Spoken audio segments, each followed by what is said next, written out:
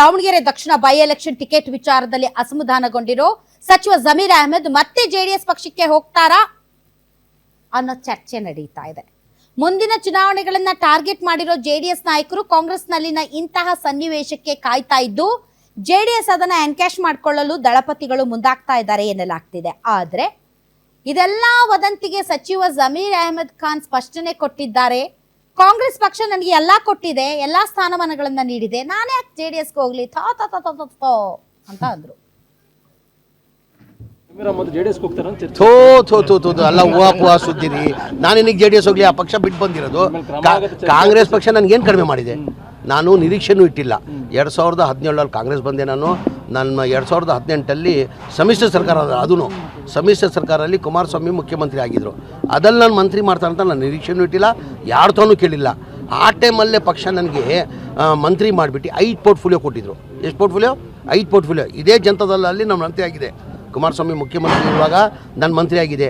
ಯಾವ ಖಾತೆ ಕೊಟ್ಟಿದ್ದು ನನಗೆ? ವಫ್ ಹಜ್ ಕೊಟ್ಟಿದ್ದರು. ಕಾಂಗ್ರೆಸ್ ಪಕ್ಷದಲ್ಲಿ ನಾನು ನಿರೀಕ್ಷೆ ಇಟ್ಟಿಲ್ಲ.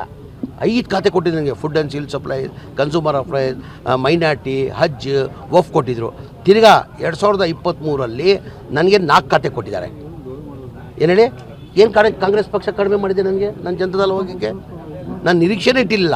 ಏನಕ್ಕೆ? ನನಗಿಂತ ಸೀನಿಯರ್ ಇದ್ದರು ಭಾಳ ಜನ ನನಗಿಂತ ಸೀನಿಯರ್ ಇದ್ದರು. 2018 ನಾನು ಮಂತ್ರಿ ಮಾಡುವಾಗ ರೋಷನ್ ಬೇಗ್ ಅವರು 7 ಬಾರಿ ಗೆದ್ದಿದ್ರು, ತನ್ವೀರ್ ಸೇಠ್ ಅವರು 5 ಬಾರಿ ಗೆದ್ದಿದ್ರು, ಮನೆ ಹಾರೀಸ್ ಅವರು 3-4 ಬಾರಿ ಗೆದ್ದಿದ್ರು.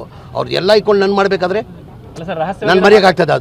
ಅದೆಲ್ಲ ಅವ್ರ ಜೊತೆ ನಾನೇನಿಗ್ರಿ ಮಾತಾಡಲಿ? ಹೂವಾ ಸುದ್ದಿ. ನಾನು ಹೇಳ್ತಾಳೆ ಪಕ್ಷ ಏನು ಕಡಿಮೆ ಮಾಡಿದೆ ನನಗೆ? ಜೆಡಿಎಸ್ ಹೆಸರು ಹೇಳ್ತಾ ಇದ್ದಂತೆ ಥೋ ಅಂದ್ಬಿಟ್ರಲ್ಲ ಮ್ಯಾಮ್. ಅದು ಆಡ್ ಭಾಷೆಯಲ್ಲಿ ಅನ್ನೋದು ರಾಮ. ಈಗಂದ್ರೆ ಛೇ ಹಂಗೇನು ಇಲ್ಲ ರೀ ಅಂದ್ರೆ ಛೇ ಅಂದ್ರೆ ಆ ಛೇ ಅಲ್ಲ, ಥೋ ಅಂದ್ರೆ ಥೂ ಅಲ್ಲ, ಛೇ ಹಾಗೆಲ್ಲ ಇಲ್ಲ, ಥೋ ಹಾಗೆಲ್ಲ ಇಲ್ಲ, ಆ ತರ ಅದು. ಸೊ ಆಮೇಲೆ ನಮ್ಮ ಉತ್ತರ ಕರ್ನಾಟಕ ಮಂದಿಗೆ ಇದೊಂದು ಇರುತ್ತೆ, ಎಲ್ಲದಕ್ಕೊಂದು ಮ್ಯೂಸಿಕ್ ಕೊಡೋದು. ಇವ್ರು ಉತ್ತರ ಕರ್ನಾಟಕದವ್ರಲ್ಲ, ಬಟ್ ನಾನು ಕನೆಕ್ಟ್ ಆಗ್ಬೋದು. ಯಾಕೆ ಅಂದ್ರೆ ಈಗ ಪಟ್ ಅಂತ ಬಿದ್ದು, ಚಟ್ ಅಂತ ಹೋದ್ರು, ಟಪ್ ಅಂತ ಹೊಡೆದ್ರು, ಎಂತ ಪರಿ ಟಕ್ ಟಕ್ ಟಕ್ ಟಕ್ ಅಂತ ಸೌಂಡ್ ಬಂತು ಗೊತ್ತಾ? ಈ ತರ ನಮ್ದು ಅದೊಂದು ಇರುತ್ತೆ, ಎಲ್ಲದಕ್ಕೂ ಒಂದ್ ಸ್ವಲ್ಪ ಮ್ಯೂಸಿಕ್ ಕೊಟ್ಟು ಮಾತಾಡೋದು. ಹಂಗೆ ಇವರು ಸಡನ್ ರಿಯಾಕ್ಷನ್ ಅದು. ಬಟ್ ಆದ್ರೂ ಕುಮಾರಸ್ವಾಮಿ ಅವರು ಇದನ್ನೇನಾದ್ರೂ ನೋಡಿದ್ರೆ ಪಾಪ ಅವ್ರಿಗೆ ತುಂಬಾ ಹರ್ಟ್ ಆಗುತ್ತೆ. ಜೆಡಿಎಸ್ ಅಂದ ತಕ್ಷಣ ಥೋ ಅಂದ್ರಲ್ಲ ಇವ್ರು, ಏನು ನಮ್ಮ ಪಾರ್ಟಿ ಅಂದ್ರೆ ಏನು ಅಂತ ಅಂತ. ಆಮೇಲೆ ಕುಮಾರಸ್ವಾಮಿ ಅವರು ಯಾರನ್ನ ಕರ್ಕೊಂಡ್ರು ಜಮೀರ್ ಅಹಮದ್ ಖಾನ್ ಕರ್ಕೊಳ್ತಾರ ಗೊತ್ತಿಲ್ಲ. ಯಾಕಂದ್ರೆ ಅವರು ಜೆಡಿಎಸ್ ಪಾರ್ಟಿಯನ್ನ ಬಿಟ್ಟು ಬಂದ ಮೇಲೆ ಬಹಳ ಇಬ್ಬರ ನಡುವೆ ಸಿಕ್ಕಾಪಟ್ಟೆ ನಡೆದಿದೆ. ಅದನ್ನೆಲ್ಲ ಕುಮಾರಸ್ವಾಮಿ ಮರ್ತು ಹೋಗ್ತಾರ, ಐ ಡೋಂಟ್ ನೋ. ಮತ್ತೆ ಜಮೀರ್ ಅಹಮದ್ ಖಾನ್ ಹೇಳಿದ್ದ ನಿಜ. ಅವರು ಕಾಂಗ್ರೆಸ್ನಿಂದ ಫಸ್ಟ್ ಟೈಮ್ MLA ಆದಾಗ ತನ್ವೀರ್ ಸೇಠ್ ಇದ್ರು, ಹ್ಯಾರಿಸ್ ಇದ್ರು, ಬಹಳಷ್ಟು ಜನ ಸೀನಿಯರ್ ಲೀಡರ್ಸ್ ಇದ್ರು. ಅವರೆಲ್ಲರನ್ನ ಬಿಟ್ಟು ಇವ್ರನ್ನ ಮಂತ್ರಿ ಮಾಡಿದ್ರು. ಸೊ ಈ ಕಾಂಗ್ರೆಸ್ ಪಕ್ಷ ಜಮೀರ್ ಅಹಮದ್ ಖಾನ್ಗೆ ಎಲ್ಲ ಕೊಟ್ಟಿದೆ. ಅವ್ರು ಬಿಟ್ಟು ಹೋಗೋದಕ್ಕೆ there is no reason at all. ಈಗಲೂ ಜಮೀರ್ ಅಹಮದ್ ಖಾನ್ ಅವರು ಪಕ್ಷ ವಿರೋಧಿ ಚಟುವಟಿಕೆ ಮಾಡಿದಾರಂತ ಯಾರು ಹೇಳ್ತಾನೂ ಇಲ್ಲ, ಅವ್ರ ವಿರುದ್ಧ ಯಾವ ಕ್ರಮನೂ ಆಗಿಲ್ಲ. ಬಟ್ ಏನು ಅಂದ್ರೆ ಪಾಪ ಅವ್ರಿಗೆ ಇಕ್ಕಟ್ಟಿಗೆ ಸಿಲುಕ್ಸೋದಕ್ಕೆ ಪತ್ರಕರ್ತರು ಬಿಟ್ಟು ಬಿಡ್ಲಾರ್ದಂಗ ಅವ್ರ ಹಿಂದೆ ಹೋಗ್ತಾರೆ. ಸರ್ ಹಿಂಗಂತೆ ಸರ್, ಹಂಗಂತೆ ಸರ್, ಹಿಂಗಂತೆ ಸರ್ ಅಂತ. ಸೊ ತುಂಬಾ ತುಂಬಾ ತುಂಬಾ ಜಾಣತನದಿಂದ ಎಲ್ಲಾ ಕ್ವಶನ್ಸ್ ಫೇಸ್ ಮಾಡ್ತಾ ಇದ್ದಾರೆ ಮತ್ತು ಉತ್ತರ ಕೊಡ್ತಾ ಇದ್ದಾರೆ. ಊಹಾಪೋಹ ಅಂದ್ರೆ ಊಹಾಪೋಹ ಎಲ್ಲ, ಅದರಲ್ಲಿ ಸತ್ಯ ಇಲ್ಲ. ನಾನ್ JDSಗೆ ಹೋಗುವಂತಹ ಮಾತೇ ಇಲ್ಲ ಅದೆಲ್ಲ. ಸರ್ ಸಿದ್ದರಾಮಯ್ಯನವ್ರು ಯಾಕೋ ಪಾಪ ಒಂಥರ ಸೈಲೆಂಟ್ ಆಗಿದ್ದಾರೆ ಅಂತ ಅನ್ಸುತ್ತೆ. ಅಂದ್ರೆ ತುಂಬಾ ದಪ್ಪ ಇದ್ದೀರಾ, ಅದರಲ್ಲೂ ಯಾವುದೇ ಸೈಡ್ ಎಫೆಕ್ಟ್ ಇಂದ ಸಣ್ಣ ಆಗ್ಬೇಕಾ? ಎಷ್ಟೋ ಜನ ಹೇಳ್ತಾ ಇದ್ರಿ ಸರ್, ನಾನು ಜಿಮ್ಗೆ ಹೋಗ್ತಾ ಇದ್ದೀನಿ ಆದ್ರೂ ಸಣ್ಣ ಆಗ್ತಾ ಇಲ್ಲ ಸರ್, ವರ್ಕೌಟ್ ಮಾಡ್ತಾ ಇದ್ದೀನಿ ಆದ್ರೂ ಸಣ್ಣ ಆಗ್ತಾ ಇಲ್ಲ ಅಂತ ಹೇಳ್ತಾ ಇದ್ರಲ್ಲ. 100% ಯಾವ ಜಿಮ್ಗೂ ಹೋಗ್ದಂಗೆ ವರ್ಕೌಟು ಮಾಡ್ದಂಗೆ ನೀವು ಸಣ್ಣ ಆಗ್ಬೋದು. ಪ್ರತಿದಿನ ಬೆಳಿಗ್ಗೆ ಸಂಜೆ 2 ಟೈಮ್ ನಮ್ಮ ಜೀನಿ ಸ್ಲಿಮ್ ನ ಯೂಸ್ ಮಾಡಿ ಯಾವುದೇ ಸೈಡ್ ಎಫೆಕ್ಟ್ ಇಲ್ದಂಗೆ ನೀವು ಸಣ್ಣ ಆಗ್ತೀರಾ. ಯಾಕೆಂದ್ರೆ ಜೀನಿ ಸ್ಲಿಮ್ ಒಂದು ಉತ್ತಮ ಆಹಾರ. ಮಾತಾಡೋ ಅವಶ್ಯಕತೆ ಇಲ್ಲ.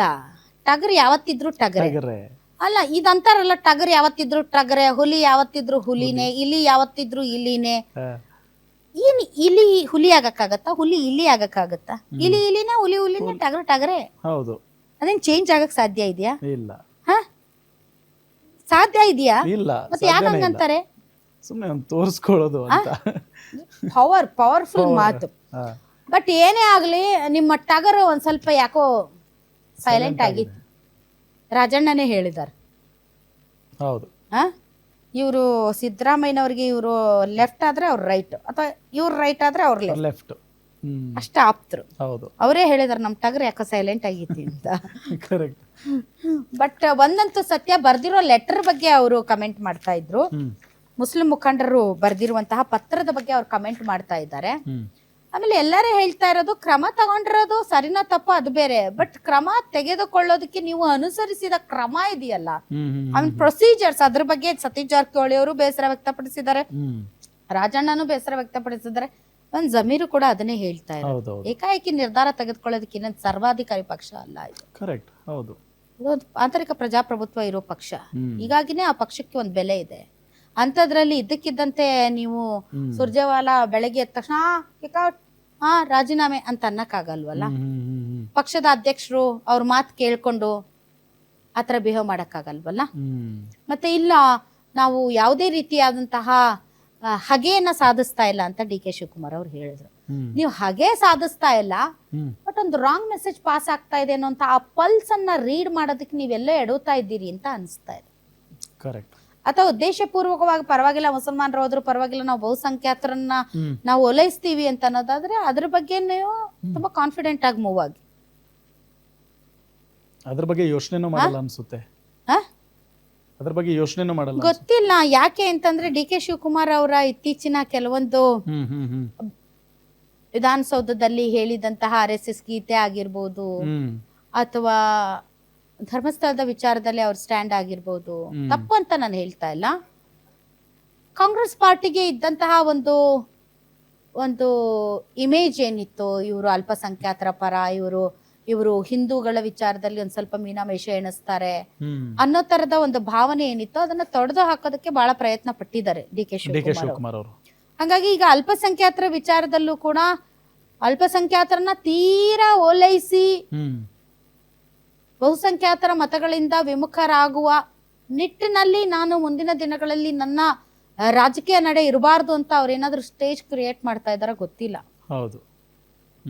ಗೊತ್ತಿಲ್ಲ ಏನೇನಿದೆ ಅವ್ರವ್ರ ಮನಸ್ಸಲ್ಲಿ. ಯಾಕಂದ್ರೆ ಮೇಲೇನೋ ಬದಲಾವಣೆ ಆಗುತ್ತೆ, ನಾಯಕತ್ವ ಬದಲಾವಣೆ ಆಗುತ್ತೆ ಅನ್ನೋದಾದ್ರೆ ಡಿ ಕೆ ಶಿವಕುಮಾರ್ ಅವ್ರ ಮುಖ್ಯಮಂತ್ರಿ ಆದ್ರೆ ರಾಜ್ಯ ಕಾಂಗ್ರೆಸ್ನ ಇಮೇಜ್ ಅನ್ನ ಬದಲಿಸಿ ಅವರು ಎಲ್ಲರಿಗೂ ಒಪ್ಪುವಂತಹ ಒಂದು ಪಾರ್ಟಿಯಾಗಿ ಜನರ ಮುಂದೆ ಅದನ್ನ ಬಿಂಬಿಸುವ ನಿಟ್ಟಿನಲ್ಲಿ ಏನಾದ್ರೂ ನಿರ್ದಾಕ್ಷಿಣ್ಯವಾದಂತಹ ಕ್ರಮಗಳನ್ನ ಕೈಗೊಳ್ತಾ ಇದ್ದಾರಾ ಗೊತ್ತಿಲ್ಲಪ್ಪ. ಮೋಸ್ಟ್ಲಿ ಇವೆಲ್ಲ ಸಾಧ್ಯತೆಗಳ ವಿಶ್ಲೇಷಣೆ ಅಷ್ಟೇ, ಹೀಗೆ ಅಂತ ಹೇಳಕ್ಕಾಗಲ್ಲ ಅಂಟಿಲ್ ಅನ್ಲೆಸ್ ಇದು ತುಂಬಾ ದೊಡ್ಡ ರೂಪ ಪಡ್ಕೊಳ್ಳೋದ ಹೊರತು.